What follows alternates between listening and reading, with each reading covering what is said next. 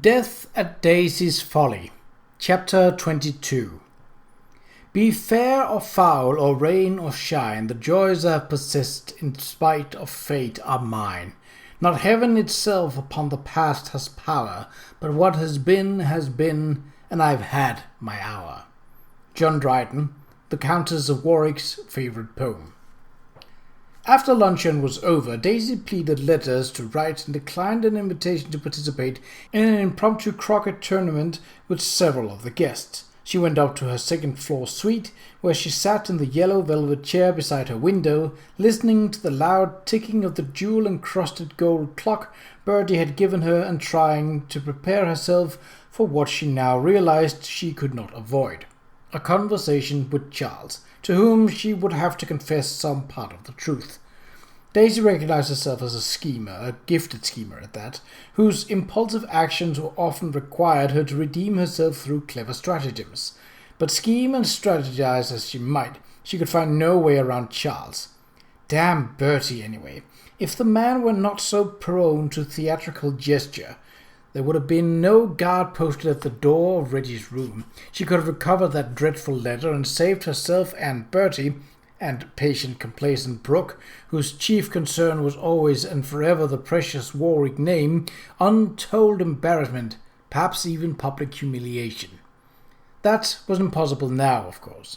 Daisy had known Charles for many years. He had invariably impressed her, and even awed her upon occasion, by his intellect, by his thoroughness, and by his determination. If Bertie's foolish note were hidden in Reggie's room, Charles would certainly find it. After sitting for a time lost in thought, Daisy rose from the chair and began nervously to pace back and forth, the clock on her dressing table a loud metronome marking time to her movements. Of course, there was a slim chance that the letter would not come immediately to light. Reggie knew his way around Eastern Lodge. He might have hidden it anywhere, in a map case in the library, or in one of the thousands of books, or even at the Folly, and Charles could have no clear idea what he was searching for. He might overlook the letter among Reggie's papers, assuming there were any, or, having found it, he might intentionally pass it over out of a gentleman's sense of propriety and decorum, or a respect for the monarchy. Yes, Charles, who came of the Somersworth Sheridans, understood how important it was to maintain appearances, protect reputations, and preserve the monarchy.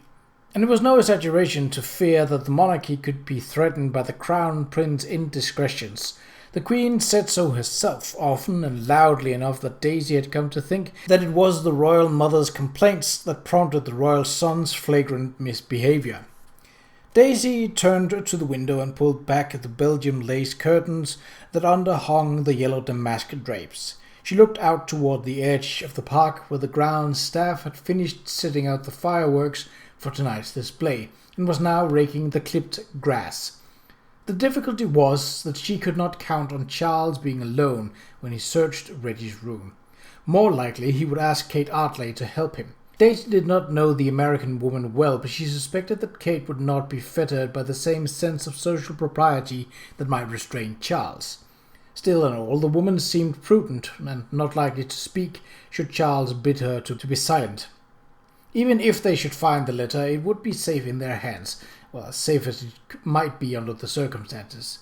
She was confident that she could persuade them to return it to her, and if not to her, then to Bertie, unless perhaps they thought it suggested a motive for Reggie's murder. At the thought, Daisy took in her breath sharply.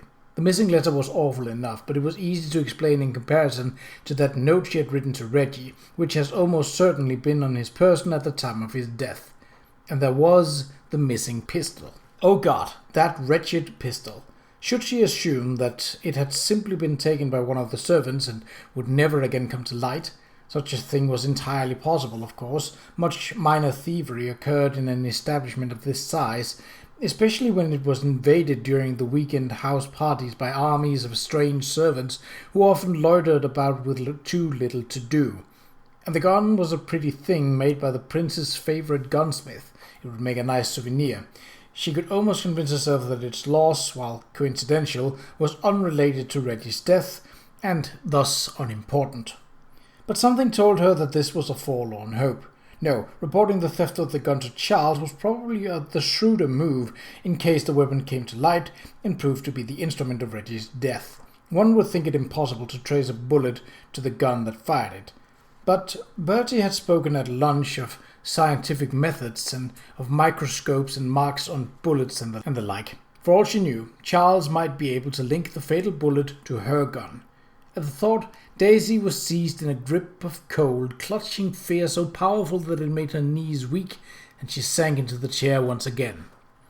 After a long while, she glanced at Bertie's clock on the dressing table, the face of which enigmatically inscribed with a line from her favourite poem, "I've had my hour." Those words always heartened her, for reminding her that she had led a charmed life. She had inherited one of the greatest fortunes in England, married one of the kingdom's handsomest and most titled lords, and gathered in her embrace the empire's most powerful man. Yes, whatever dilemmas the future held, whatever hazards and dangers, she had had glories enough. She looked at the clock once more. It would soon be time to dress for tea. She would go to Reggie's room now. If she could not retrieve the letter herself, perhaps the search was over and she could discover what had been found. Daisy's timing could not have been more perfect. As she reached the west wing corridor that led to Reggie's room, Charles was just shutting the door. Kate was with him, and they were talking earnestly, their heads close together, their hands touching. Daisy watched them, momentarily struck by a painful envy. She had had many lovers, but they had brought her only an empty passion that left her surfeited yet unsatisfied. She hoped that Charles would ask Kate to marry him after all, and that the American would say yes. Under the circumstances, she would have taken great pleasure in fostering their relationship, as she had done with so many others before them. But the expression on their faces as they saw her brought her back to her reason for being there and gave her the answer to at least one of her questions. They had found the letter or the note, or both. She would have to brazen it out. Charles gave her a small smile. "We have uncovered certain evidence that we must talk with you about, Daisy." "Of course," Daisy replied with a smile that always put people at their ease. In her usual fashion, she took charge of the situation, gesturing toward the closed room. "Shall we speak in Reggie's room?" Without waiting for an answer, she opened the door and swept in, noticing that the linens were missing from the bed. Perhaps that is where the discovery had been made. It would be like Reggie to simply slide Bertie's letter under his pillow. She seated herself in the largest and most comfortable chair, waited for Kate to adjust the draperies, and Charles to bring forward 2 more chairs, smoothed her skirts, and smiled. "This, evidence you've uncovered," she said carelessly, intending to imply by her tone that it was barely significant enough to warrant her minimal attention. "Does it perhaps include a note from me to Lord Wallace and a letter from His Royal Highness to me, a letter of a rather personal nature?" The expression on Charles's face, a kind of relief mixed with concern, told her that she guessed correctly, and that her candor had achieved the effect that she desired. "You knew that Wallace had the letter?" "Yes. I thought it quite likely. It went missing Thursday, the day of his arrival. At first I hoped I had merely misplaced it, but after an exhaustive search I began to fear that it was stolen." "Did Wallace ever tell you that he had possession of it?" "Not in so many words, but there was something in his manner that told me clearly enough. Reggie and I were once quite well acquainted. I knew him very well. He was withholding something of importance from me, and felt guilty about it." "Felt guilty?" The room was so quiet that she could hear the ticking of the clock on the writing table. "Yes," Daisy lifted her shoulders and let them drop in a small casual shrug. "He still loved me, I believed, and did not wish to harm me." "Then why," Kate asked in a puzzled tone, "would he have taken the letter? What did he mean to do with it or gain from it?" "I have asked myself that same question," Daisy admitted. "I believe he hoped to entice me to return to him. It was a vain hope," she added lightly, "but he might have deceived himself." "So you wanted to talk with him, to confirm your suspicions and perhaps induce him to return the letter," Charles said. "Yes," Daisy replied. "I wrote a note and slipped it to him during the dancing, asking him to meet me at the Folly." "Did you ever?" "No," Daisy said. She looked down at her hands, turning the emerald ring the prince has given her. "His Highness has said that the two of you were together," Charles said evenly. "Is it true?" Daisy nodded, feeling a great wave of gratitude. Nothing compelled Bertie to do this. Once again, he was protecting her. "Were you in the vicinity of the Folly last night?" "I was there yesterday at luncheon. After that, no." She looked up and let her glance rest full on Charles. "How soon can you return His Highness's letter to me? Surely you can see that if it has nothing to do with the unfortunate murder," she hurried on, "and I am certainly innocent. Quite apart from lacking opportunity, I would never have left my note on Reggie's body, and had I known before we left for Chelmsford that this morning that he was dead, I would surely have recovered Bertie's letter." She frowned slightly. "I dare say the murderer knew nothing of the letter either, otherwise it would have not been left where you found it. It would have been a most remarkable and useful trophy." Kate cleared her throat.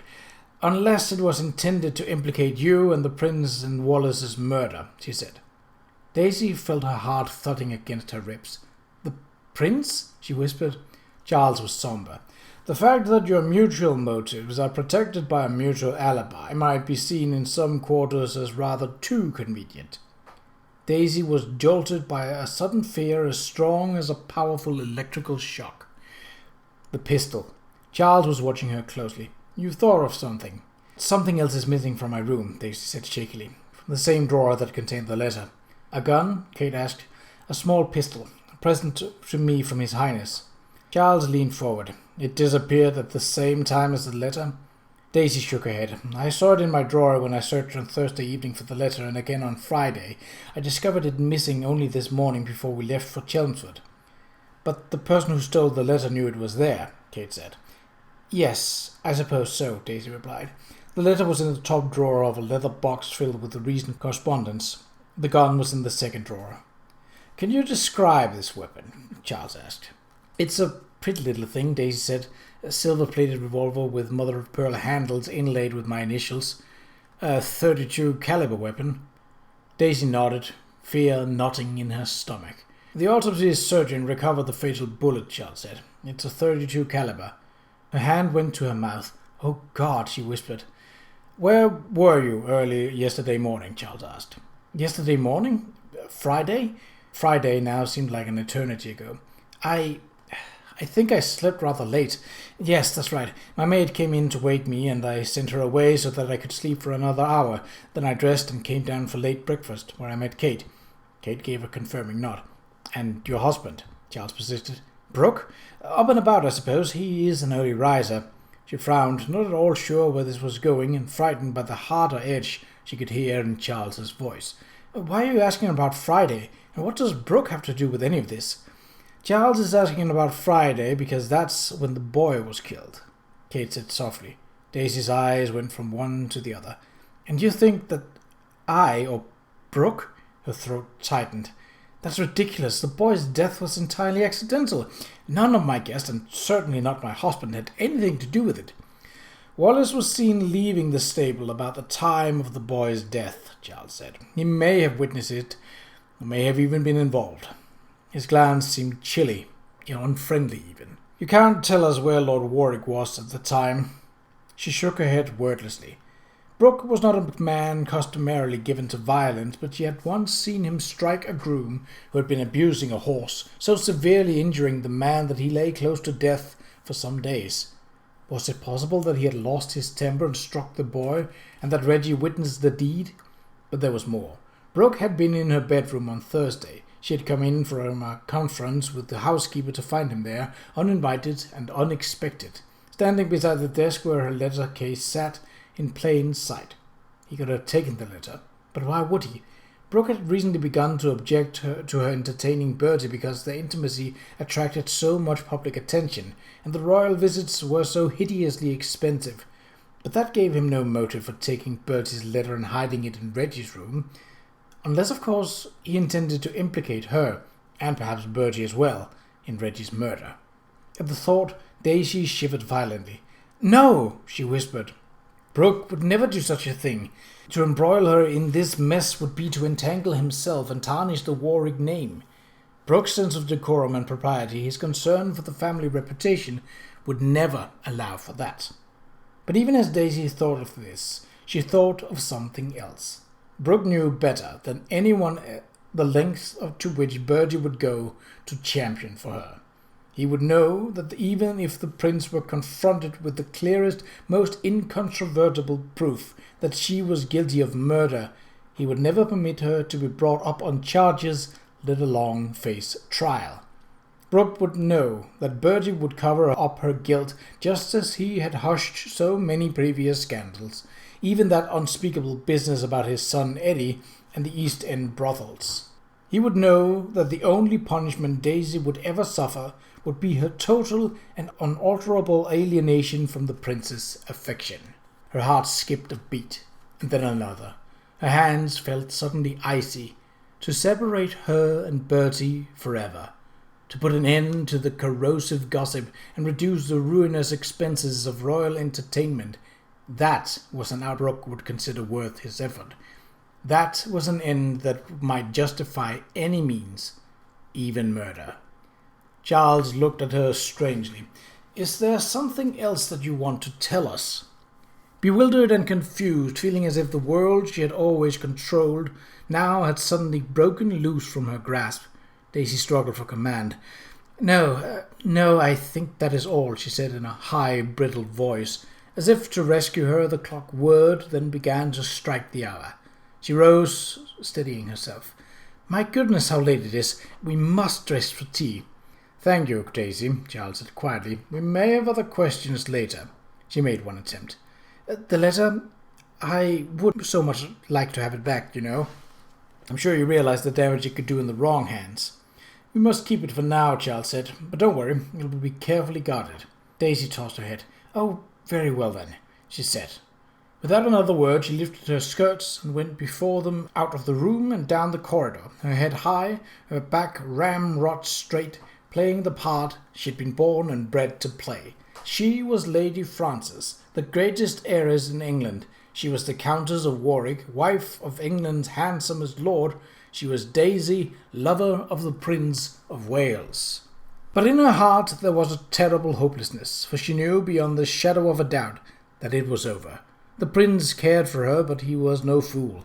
He would go on to a less hazardous love affair, to a woman of fewer charms, perhaps, but also fewer liabilities. She would have nothing left, only the minor celebrity that inevitably attended the former mistress of the future king. Only the indiscreet letters and expensive gifts, only her memories. She had had her hour, and it was over.